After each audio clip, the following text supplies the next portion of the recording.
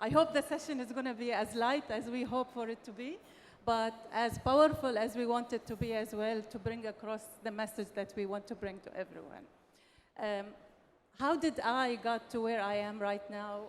There are a lot of factors that have helped me, and I think after this long experience of mine, I can mention 3 of them just for lack of time. The best thing and the first thing is being passionate about what you're doing. And that goes across every single industry or domain. If you're not passionate about what you're doing, you better leave, because you're going to waste your time. If you're not passionate about the time that you're spending and the people that you're meeting and the work that you're putting and the effort you're doing, you're not going to give yourself the chance to grow, to invest in your own self, to benefit others, to bring your best, and you will not be courageous or powerful enough to make mistakes, accept these mistakes, and learn from them as a learning factors for you not to do it again. So that's one important factor. And I always tell people, if you're not passionate about your workplace or what you're doing, go and find it somewhere else, because you're wasting your time. The second thing, and I think it's crucially important, is to have your support system. We, female, as a creature, we always like to be associated with people and to belong to a group. And we're always seeking their buy-in and happiness, and they will believe what I believe in. Otherwise, I will find it somewhere else, or I will change because no one is believing in. So being true to yourself and look for those who will believe in you is very, very important. And support starts from your immediate circle, which is family. If only one of your parents, if not both of them, that will be an added benefit, that will be great. Your parents, your siblings, your spouse, those are the ones that you will need them to get you to where you want, because you're putting extra hours in this industry, and tourism is always on. It doesn't sleep when people sleep. People go to sleep, and the guests go to sleep expecting to wake up, and everything that promised to them is there and available.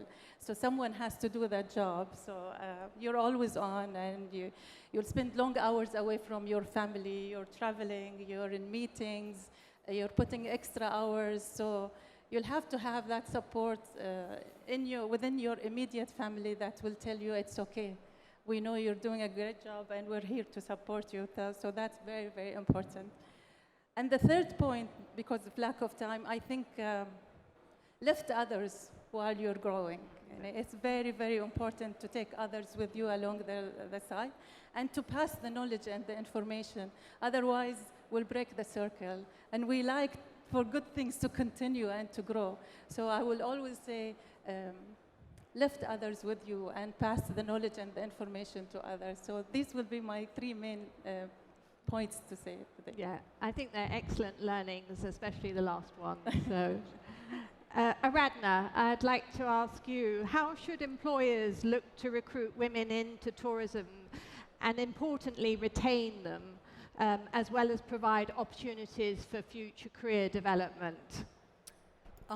You know, the funny thing, Liz, is we actually don't have any problem recruiting women in travel and tourism. We are one of the most gender diverse sectors in the world, and we have more than 50% women in the workforce. The trouble is, and I'm going to use your words, which you started the event with, most of those jobs are either lower status, lower paid, and definitely without the purview of the legal regulation. So let's take small, medium, micro enterprises, right? 95% of the sector is exactly that, depending on which part of the world you are in. And those women, they don't have access to social security or any other kind of regulation to protect them. So our battle is not to get more women into the workforce. We have done that. I think the harder battle is to ensure the women who are in the sector are actually being empowered to grow and elevated to positions of leadership. Now, by way of some data, we looked at 250 odd largest publicly listed companies around the world. And these are companies in the entire spectrum of travel, tourism, and hospitality. So I'm talking hotels, cruise, airlines, airports, aviation. Together, they employ millions of people, have operations in 130 countries, and are worth trillions of dollars. And what we discovered is actually fascinating finding that we start with 50% women in the workforce, but by the time you get to mid-management, it's 34%. By the time it's senior management, it's 32% or 31%, 17% in what you call the XCOM, the C-suite, and the number or the percentage of women who are CEOs or chairs of boards is less than 5% in the overall industry. So if you look at another sector, let's say tech, mining, construction, STEM fields, there is a very visible manifestation of the problem. Why? Because it's uniform, right? There are enough men in that sector. And that's problematic for travel and tourism because we don't have a visible manifestation of the problem. So people actually think there is no problem, or if there is a problem, it's not my problem. So either way, what I'm trying to say is if we are focused on gender diversity, it can only happen by design. It will not and does not happen by default. And that means, as organizations, we need to create a culture of intention where gender diversity is one topic and act in a way as if our business survival depends on it. I'm talking having CDOs, Chief Diversity Officers. I'm talking about holding the CEOs responsible and accountable. Then the playing field will be level and equal. And I think at the end of the day, it's very important to bring it down to us as individuals. It's a bit like, you see, as leaders, as businesses, I think we have power and we have responsibility. It's like Uncle Ben says in Spider-Man, with great power comes great responsibility. I have young kids, so I'm always quoting movies, do excuse me. But I think we all have this power and responsibility to make sure we focus on gender diversity. Businesses depend on it, deserve it. The next generation of female talent deserve it. And forget about all of that. I think our children deserve it, and that's reason enough, right? Many thanks. Moving the discussion on, Mariam, from your own experience of working in a government department, what initiatives have successfully empowered women that you have seen? I think, firstly, tourism can be a champion for gender equality. But we're right now at a very critical time moving out of COVID, where governments and the private sector need to work together to create initiatives and guidelines to ensure that women are at the forefront of the economic recovery.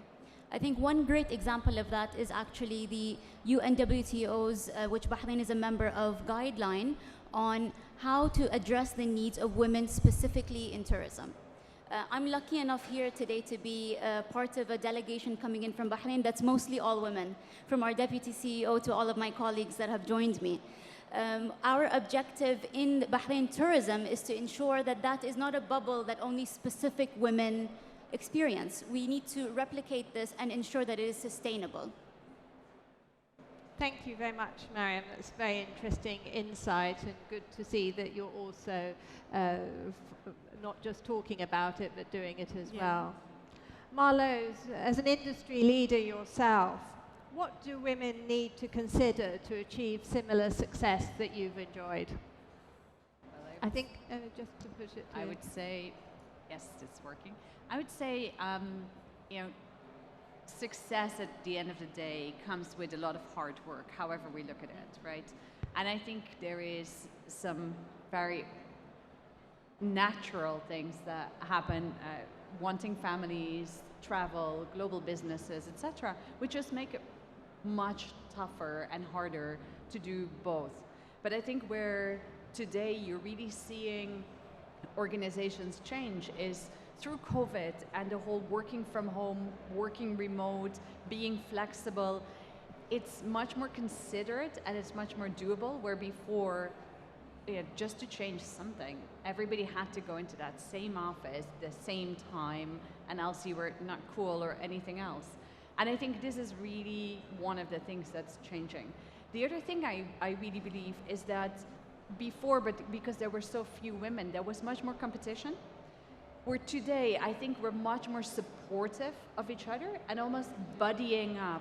And I think if we were buddying a bit more, it's a much harder sell for a woman to sell herself as for a woman to sell somebody else, like another woman, and just saying, I loved what you did, it's so great, or kind of cross-promoting that. And on top of it, I think, where you said before, hospitality is kind of this touchy-feely, right? I think we have one great opportunity where a lot of the hospitality products are led by experience, and the experiences are often organized, created, and it has that soft feel, touch, etc. So I think organically, I'd say sometimes I think it's easier for me to build a diverse team, and that's where, for example, I didn't have to put quota on. We didn't look at, we need X amount of this color and X amount of this gender, and yeah, it just built together almost organically because we looked at really specific characters and not necessarily within our industry, but we really looked locally and people that with development could really do something. And I think there's some great opportunities. Thank you very much, Marloes, for that insight. Khadija, I'd like to come back to you to ask, what are the barriers that remain to be addressed as a priority to enable women to play a critical role in the workforce? Well, barriers are there, unfortunately, but we continue to break these barriers or ease them a bit. In the business front and culturally and at home, there are a lot of barriers. For example, for an employer, they would prefer to hire a male to a female still because they're seeking loyalty in their mind, and that's a stigma that once a single or a fresh graduate female status changed to a married woman, then that's it, she's leaving the work front, and then her priorities are changing and we're losing her. So that return on investment that the employers look for are gone, which is not true at all. A lot of women have decided to continue working after the status has changed. So that is something that we need to focus on and we talk about more openly, because whatever a man can do, a woman can do, if not even double. And we work better shifts and longer shifts with all of the priorities, with all the pressures that we get from around us. So that is something that needs to be changed. In my organization where I work, 60% of the staff and the employees that working with us are female, and mothers, daughters, and what we have done is to help them. We used to have a nursery up until the COVID hit, and then we had to break everything, and we're hopefully going back again. So that has helped our colleagues and my colleagues to have a peace of mind that their kids are looked after when they're doing their job, when they're excelling in what they're performing. The other barriers come when it comes to culture. It is known that, especially for a young graduate, when she's single and she's seeking a career in tourism, unfortunately, there are still families who will do this. They will say that we'll let you work for a while. We will put up with it until her status changes and she becomes a married woman. Then it is expected of her to let go of her career, sacrifice, and sit at home because there's a male figure looking after you and providing. But I'll tell you what, as a female, your financial independence is your key. We shouldn't lose our financial independence, and we all should be seeking that because you don't know what's the future. And we need to support each other as female figures. And I would believe that this culture needs to change that. So what if she gets married? She can still work. Those who choose to continue to work should be given the opportunity to continue to work. Those who choose to take a break, raise their families, and come back again, we should be supportive of these ladies who want to come back again and give them similar opportunities. If we look at the payrolls between male and female, and there are no equal payroll, unfortunately, yet. In UAE, the file of gender equality has been openly spoken about, and I think we have taken an active role in filling the gaps, narrowing these gaps, and hopefully one day we'll get to a point where we see that is changing. But it starts from the culture, from people, from the individuals as well, how they look at women in this culture. And culture is a set of behaviors and things that a certain group does over a certain period of time, and then it becomes their norm. So if we start changing our behavior and our approach to what opportunities are available in the tourism sector for female, these things will be able to change. But again, and again, you see on a junior level, you see a lot of female staff have been employed, but there's no sustainability. There will come a time when they will be let go for no matter what reasons are. But the chances for them to come back to the workforce should be welcomed with open arms. In Ajman tourism, with Ajman Museum, when it started back in the 80s, we had 2 Emirati female ladies that were tour guides. And they had to stop their job because both of them got married. But both of them went back to work after their kids have grown and they became an empty nesters, and both of them are back again in the workforce.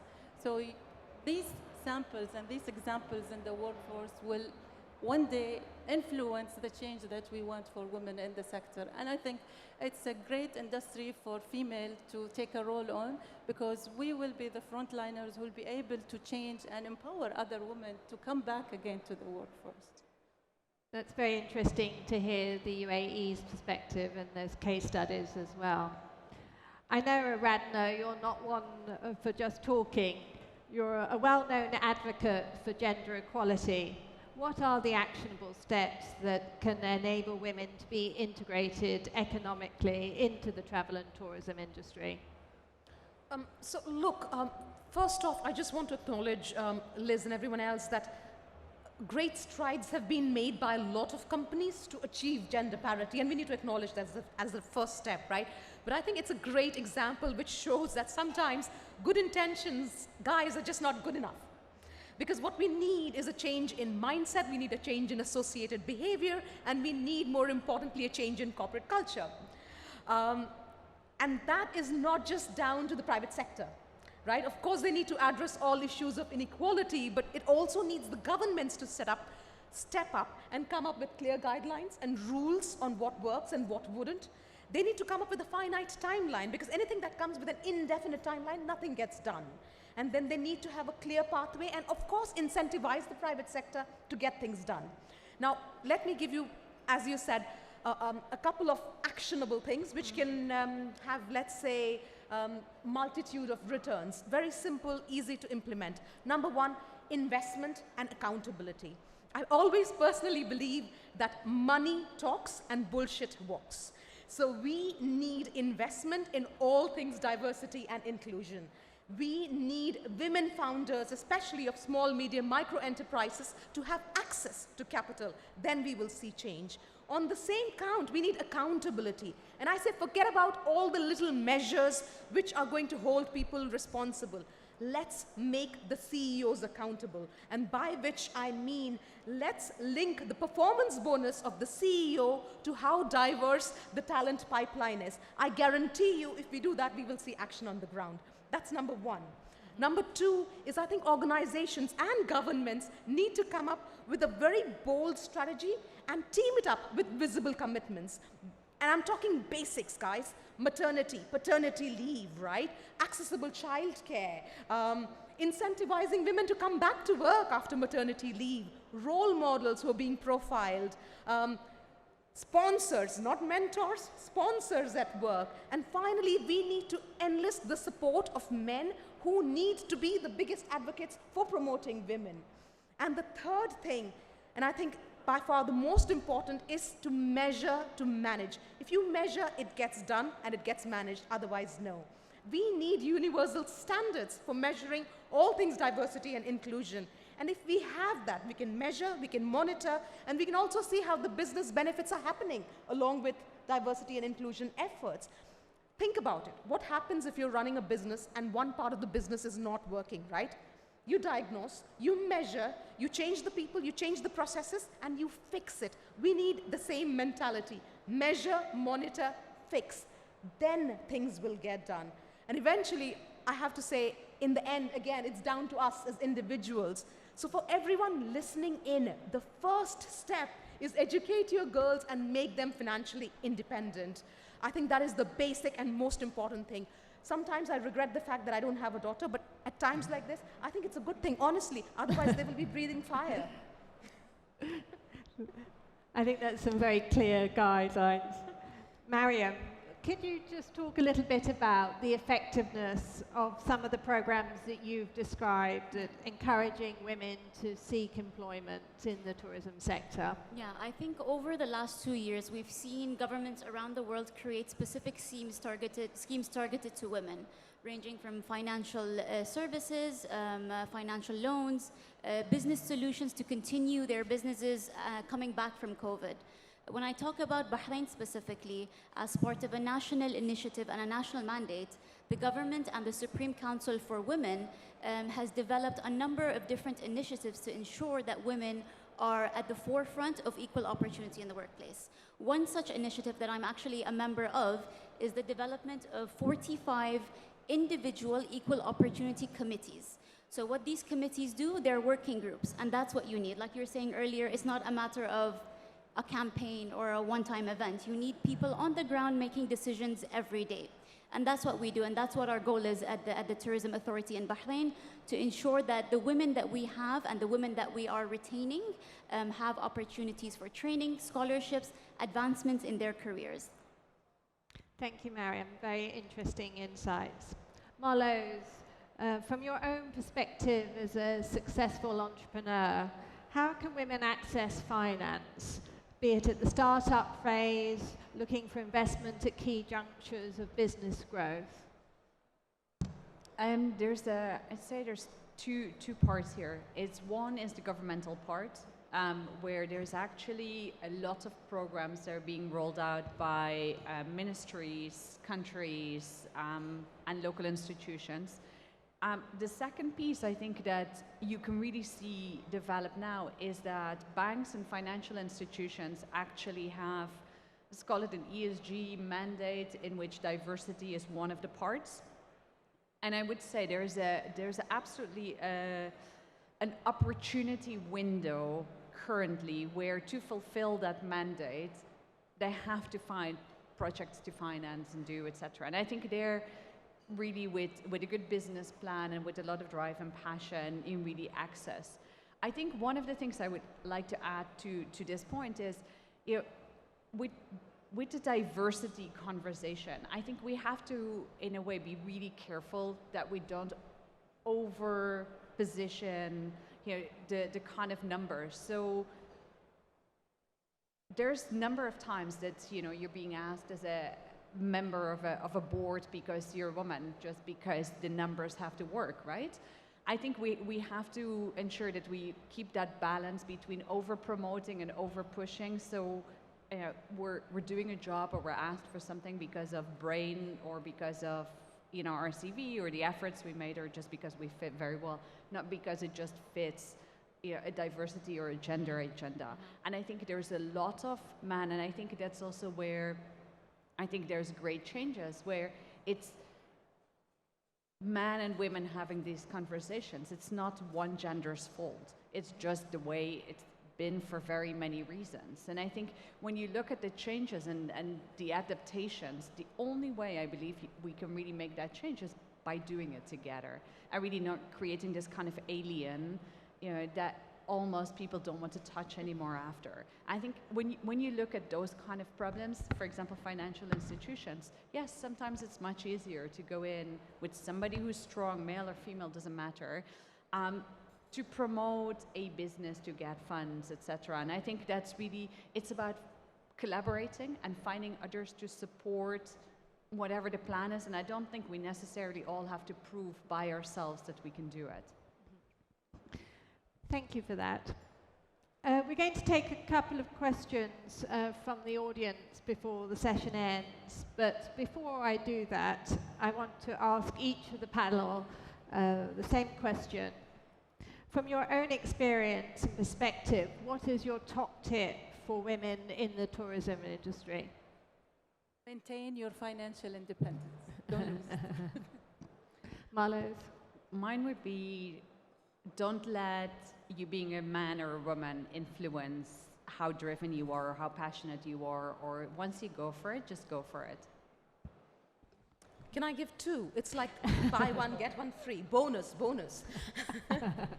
So tip number one would be be patient and don't quit, guys. We need the talent. We need the women talent to be there. So I guess instead of quitting, be prepared. Be prepared to rewrite the rules. Be prepared to persevere and persist like the ones before you have done. Number 2 would be, you know, you're enough as you are. And I really mean this in all earnestness. Really, it's not the job of your boss, your team, or even your family to love you. You need to love yourself. And the minute you do that, everything else will fall into place, because women are champions at doubting ourselves. Number 3, so one of you mentioned, and I love that, I think be the kind of strong, confident, empowered woman who is rooting for others to win. Marloes is my friend, and I'm her biggest cheerleader, and I always will be. And I think it's extremely important, because when Marloes wins, she does not just win for herself. She wins for everyone who came before her and everyone who will come after her. Can I do one more in 5 seconds? You've had 3, but Okay, yeah, I'll come back. go on, Aradana. Okay, very quick. This is personal and perhaps a little bit controversial. Date widely, but partner up and marry wisely. And this is perhaps the most important career advice that you will get. Not personal advice, career advice. Because your husband, your partner is going to be the single most important person who either supports you or really messes it up for you. So I hope, you know, you think of that. No man or a very supportive man. And Mariam, the final thought will go to you. That was really good. I think for me, in addition to these great points, I would say start loving the challenge. In any sector you work in, there's going to be challenges, let alone in a sector that is so influenced by outside factors that would influence your success. But the beautiful thing about tourism is that you are working for people and with people. You are creating experiences that could actually end up changing people's lives. So it's instances like this that makes the challenges really worth it. Right, well, we've covered. Can I add one you more want as to? well? Well, let's see if there's a question from the audience, and then if not, I'll come back to you. So we've covered many interesting points, but are there some questions from the audience that we would like to raise? I have 2 questions. One is directed to Aradana, just about the stats. If you can maybe elaborate on how wide the scope of the audience in terms of the breakdown and the percentages of the women categorically from, you know, entry level all the way to the C-suite. It'd be really good to hear that. And then just a general question for anybody to take. It's great that we're talking about tourism, but just like the marketing industry that many of us are in, within the tourism industry, tourism and hospitality is so big. And I think we're very general when we speak about it, but do people actually know and understand what tourism and hospitality entail? And what steps do you think should be taken to educate females and obviously male counterparts to understand the variety and the diversity and the depth of the tourism and hospitality, rather than them thinking, because when people think tourism, they automatically think hotels, and I don't think they realize the spectrum of how wide the hospitality and the tourism industry is. So anybody can take that. Sorry for the long question. Thank you, Ida. I'm happy to get started on the stats. So this is published research, and just confine me, I'll give you the address to my website, which has the data on the website. But what we did is, what's published is of the 100 top companies, but then we've gone on to extend it and do the analysis on 200 of the largest publicly listed companies. So this information is available on the public domain. It tells you the number of women who joined the workforce, because it's all coming from the sustainability reports and their annual reports. So 200 plus companies, operations in 130 countries, employ millions of people, and have a market cap together of trillions of dollars. And the numbers are, depending on if it's hotels, cruise, airports, airlines, OTAs, food and beverage companies, and there are 7 buckets that we have analyzed in great detail. Depending on each of those buckets, the percentage varies, but the overall average is close to 49% women in the workforce. So that's the starting level. Goes down to 34, like I said, when you're in the mid-management, which is the VP level. SVP is the senior management, where it falls down. So every rung of the career ladder you climb, the percentage drops. So the glass ceiling that we're talking about is very, very real. And the number of CEOs and boards of chairs of boards, which are again these same publicly listed companies, is less than 5%. Again, come find me, happy to give you the data. Thank you for that. And the second part of Ada's question, who would like to take that? I can actually take that. Thank you, Mariam. Thank you for that question. That's actually, you're absolutely right. The tourism sector is really diverse. You can work in airlines, you can work in restaurants, you can create events and experiences, or like ourselves, you can work in tourism boards. I think the key to creating awareness on what opportunities there are in tourism, especially here in the Middle East, is the educational aspect. When I say education, I mean academic education. Actually, under the Bahrain Tourism Authority, we have a subsidiary, Vatel Hospitality, which provides hospitality-specific degrees and certificates, and it's one of the best internationally, and it's the first branch in the Middle East. So we aim on doing just that by providing academic educational certificates. Thank you, Mariam. Khadija, did you Probably want to add like, sorry, Khadija, go ahead. Khadija, did you want to add a point from earlier? Just on a tip that Yes. we were talking about, tips to leave with everyone, I would say what does not apply on you, do not force it on others. And don't expect others to do what you don't like doing yourself. And No, that very- would have very been a true. point. But just to add to Mariam's point, the diversity in the tourism sector, there are different players and there are different pillars that do compromise the tourism sector. You have the aviation, you have the ground handling in the airports, you have the suppliers, you have the events, the entertainment sector falls under it, the government offices, the tour operators, the DMCs, those they are the engineering section. So are there different job opportunities available in the tourism sector? Some of them are happening over shifts, and some will have specific working hours, and then people go back to live their lives. So the opportunities are absolutely there, and it goes from junior levels all the way to CEOs. But I totally agree with you. The percentage as you go up the ladder is less and less as you go up. Yeah. If I may, I want to answer quickly the lady's point, and two quick things. First is I agree with Miriam completely. I think it's education, but also I think as a sector we keep asking for a seat at the table, but I think that means we need to lobby better as a sector, right? And I mean that travel, tourism, and hospitality. Look, guys, what happened during the global financial crisis, 2008, 2009? The banks failed, right? And it was their fault. And what did the banks do? The banks in US and elsewhere have one of the most powerful lobbies, and they rallied and they got the support despite it being their fault. COVID was not even our fault as a sector, but we suffered the most. I think we need to lobby in one voice and say the right things stronger and together as one industry. I've attended quite a few sessions at the ADM, and I personally feel BIFA has been the best.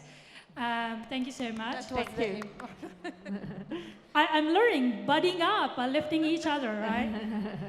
Okay, so my question is very basic, and in the interest of time, I would just quickly bring this up. So we talked about family support, date widely, but marry wisely, right? Having the right man in your life. But having said that, we still need to do our part, right, as a mother, as a wife, or any other role that we have in our families. So what is your personal work-life balance model or work-life integration model? And how do you manage the mommy guilt? And is that avoidable? I see that certainly inevitable. So if you could share your views or your personal experience on that, that would be great. Thank you. Thank you very much. Can we answer that very quickly, because I think we are running out of time. So I don't know who would like to. You'll take that.